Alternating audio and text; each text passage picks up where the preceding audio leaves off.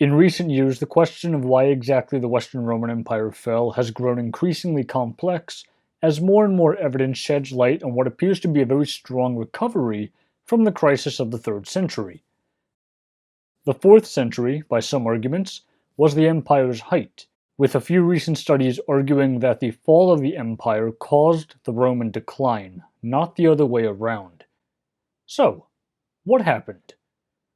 Well, the standard explanation is that the Huns, history's boogeyman, had something to do with it. Here too, recent evidence is changing the picture of who they were and just why they burst onto the scene in the late 4th century when they did. And, just as a caveat, the information I'm providing in this video, in September of 2022, can and very likely will change because climatology is something that's really only just being incorporated into the study of ancient history. We now know that after 266 there would not be a major volcanic eruption for nearly 200 years. Solar output increased, reaching a maximum sometime in the mid-4th century, and in Europe, the Alpine glaciers retreated and the temperature warmed a bit from where it was in the 3rd century, the decrease of which, it would seem, led to serious agricultural problems in 3rd century Eurasia and caused instability in multiple states. The warmth of the Roman climate optimum, a period of climatic history which played a major role in the rise of the Roman Empire, was gone, and Earth's history began to enter a period known to us as the late Holocene. However, although the climate was stabilizing, it was at the mercy of a phenomenon called the North Atlantic Oscillation, essentially the fluctuation in pressure differences between the Azores High, a zone of permanently high atmospheric pressure to the west of the Mediterranean, and the Icelandic Low, a zone of lower pressure farther to the north. The pressure systems created by these two zones not only helps generate cyclones, but also strongly impacts the climate and weather across Europe and portions of West and Central Asia. During 2015 and 2016, for example, the North Atlantic Oscillation, or NAO, caused droughts in the Mediterranean, but severe rains in the British Isles. And we know about the history of the NAO due to natural archives. The growth of trees and stalagmites, for example, are sensitive to the fluctuations of the oscillation, allowing us to track positive and negative levels going back at least 4,000 years. Too arid to support forests, the Eurasian steppe, which runs from Hungary all the way east to Manchuria, fluctuates between hot summers and brutally cold winters, and all along the steppe, grass grows, food for the horse herds and flocks that nomads who live along the steppe keep. To the north of the steppe are forests, which eventually gives way to tundra, while to the south are mountains, the Tibetan Plateau, and deserts studded with oases which would form the basis of kingdoms and trading centers crucial to the functioning of the famous Silk Road. This was an area which, to the inhabitants of the agricultural world of the Mediterranean, was othering to an extreme degree. It was a place out of time, beyond history, inhabited by monsters and savages who lived on their horses and who ate raw meat, who grew no crops, and who slept beneath the stars. The first great empire of the steppe was the Xiongnu Confederacy, which arose alongside the Han Dynasty as the nomadic steppe mirror to the agricultural state in China. While we don't know for certain, at least right now, what language the Xiongnu spoke, what evidence we do have strongly suggests that the leaders spoke a form of Deniscian, but the overall confederacy appears to have been multi-ethnic. In the 1st and 2nd centuries, the Xiongnu engaged in wars with the Han and suffered civil wars themselves. The long-term result was the breaking up of the Xiongnu Empire.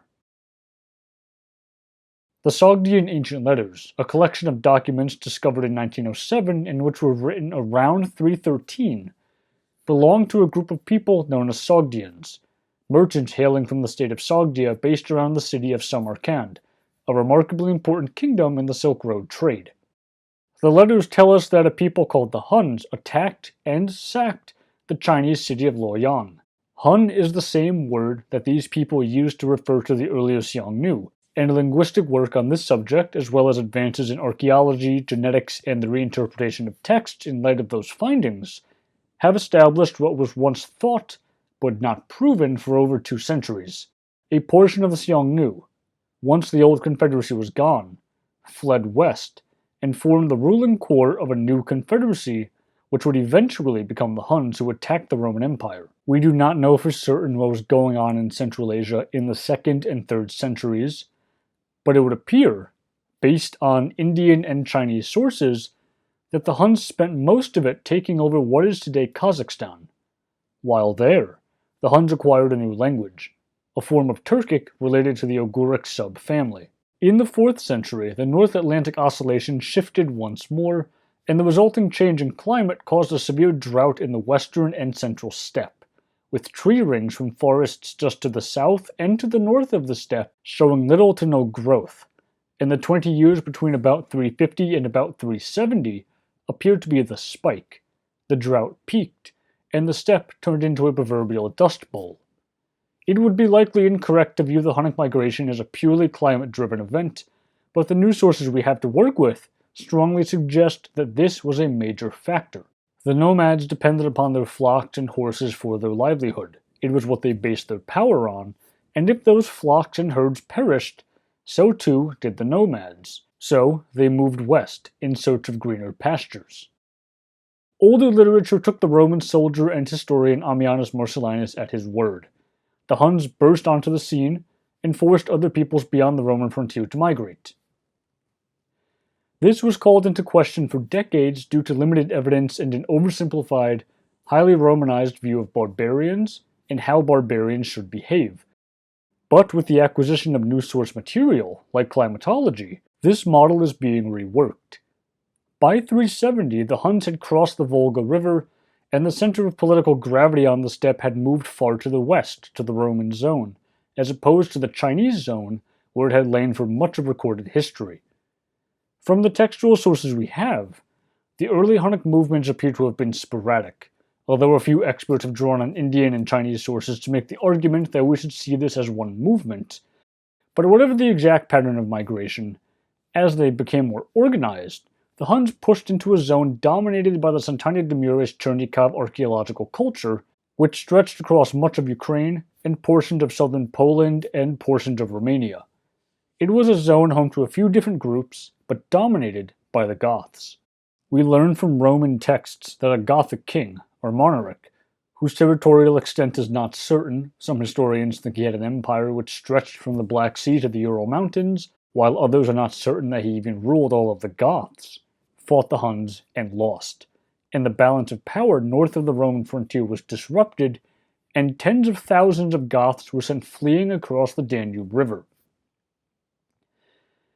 The refugee crisis, set off by migrating and conquering Huns, was severely mismanaged by local Roman authorities, who did not handle the Goths correctly and abused them, and the Goths soon revolted.